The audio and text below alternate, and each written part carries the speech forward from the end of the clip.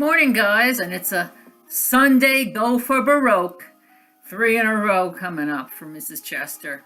It's been a couple of weeks. We've had an Easter holiday, and I said, okay, what can I gather together to make your viewing pleasure a little less uninteresting?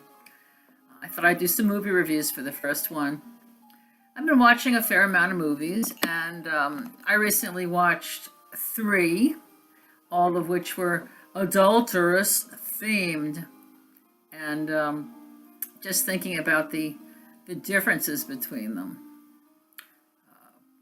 First, I watched a Hindi movie called B.A. Pass, which I may have spoken about before, and this involved a young guy, I guess like a college freshman, who was living with his aunt and was concerned about his younger sister's education money because they were orphans. His aunt wasn't happy with having him there. And he got seduced by a friend of his mom's. And he basically ended up being a male escort. And it ended horribly. And there was really no reason for this woman to do this other than pure evil. In fact, the actress got an award for best portrayal of an evil woman that year. Evidently, Indian cinema has awards for protagonists and antagonists. I'm thinking, yeah, this was an Indian sex film. No foreplay, woman never took off her bra, and they both died in the end. So, then I watched 2 period pieces. One from 2017 called Tulip Fever, and that was beautifully staged. If you know anything about Dutch painting and the richness of the art of that time, this was such a painterly movie. It was actually gorgeous, and there actually was a painter as one of the characters. This concerned a young woman who came out of the convent to save her sisters from dire poverty. She marries this older guy who wants a son.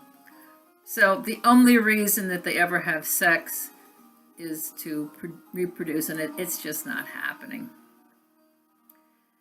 I also noticed in these last 2 movies, in fact in all 3 movies, that the adulterers all seem to be very thin aristos. So this woman, once she took off her tremendous Flemish type garments, was she must have weighed about a good 73 pounds. Anyway, so her husband, who is a nice guy, he's like the peppercorn king, because spices are very big in those days before refrigeration. So he's very well off, and they have this beautifully appointed house. And he hires a guy to paint. And he hires a young painter because he's going to be cheap. Because, of course, they're Dutch, and everybody knows the Dutch are cheap. My mother used to always say cheap Dutchmen, even though she was referring to Germans. Anyway, so he hires this guy who looks like an oil-covered Leonardo DiCaprio. And, of course, he and the wife end up in this relationship. There's also a secondary relationship regarding a servant in the house and a fishmonger. Now, the fishmonger, I think, is pretty hot, but that's not neither here nor there. So the fishmonger and the servant are having an affair. And the fishmonger buys a lot of tulips, because tulips are like the stock market at that time. There was this whole big tulip thing happening. And he's trying to earn money so he can marry the servant. And meanwhile, the wife, the aristo who's wearing this fabulous ruff. I always am astonished by these ruffs. How did they keep them so white in an era where everything was coal and wood fired? I have no clue. So this is going on, and at one point the wife puts on the servant's cloak and steals away to the painter, and the fishmonger sees this cloaked figure. Thinking it's his girlfriend, he follows her to the painter's, and he thinks that the girlfriend's cheating on him. So that relationship gets totally destroyed. At that point, I said, I'm going to fast forward this fucking movie, because I hate things that are based on misassumptions. That's just how I am. So I fast forward. I have no clue what happened, but later on it becomes clear. The servant tells the fishmonger X number of years later that it was the wife that he saw, and the husband hears it. So she ends up back in the convent, and the oily Leonardo DiCaprio figure is painting some kind of crucifixion on the wall. So that ended badly, as it should have. The third one, another aristo. This was Alan Rickman.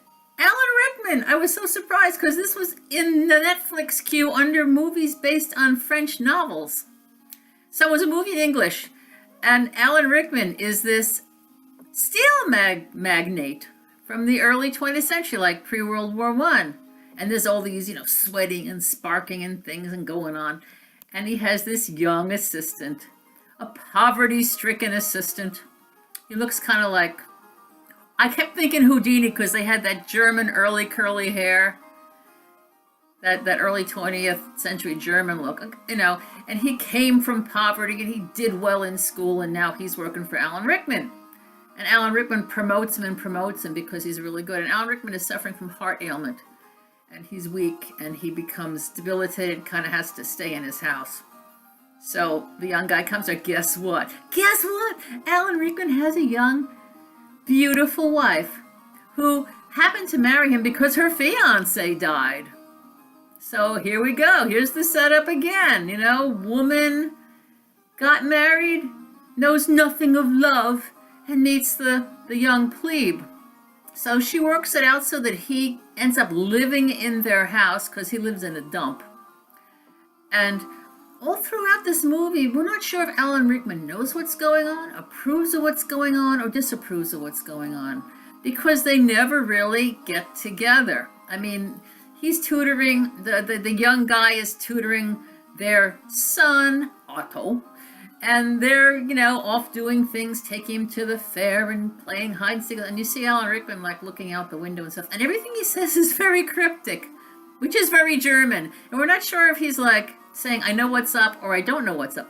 But they never admit that they love each other until Alan Rickman decides to send the young guy to Mexico, because they're going to Mexico to do some manganese mining for the steel expansion of the steel business. And that's when she admits, oh, I can't live without you. But they make a promise. This movie is called A Promise. So they promise that, when he comes back in 2 years, they'll deal with it. So he goes off to Mexico. It's 1914. Guess what? There's a war. So years and years and years go by. Alan Rickman, of course, is getting sicker and sicker. She starts writing to him. She writes to him under another name, and she writes to him for a while, and they're professing undying love, and then, of course, the communication stops because there's a blockade.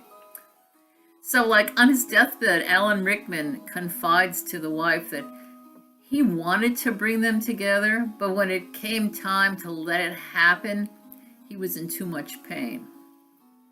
Oh, how German is that? So he dies. They fall into worse circumstances. You can see it's worse circumstances because, instead of a beautiful, beauteous banquet table, she's sitting there eating soup and some toast. And there's only the one old servant left, and the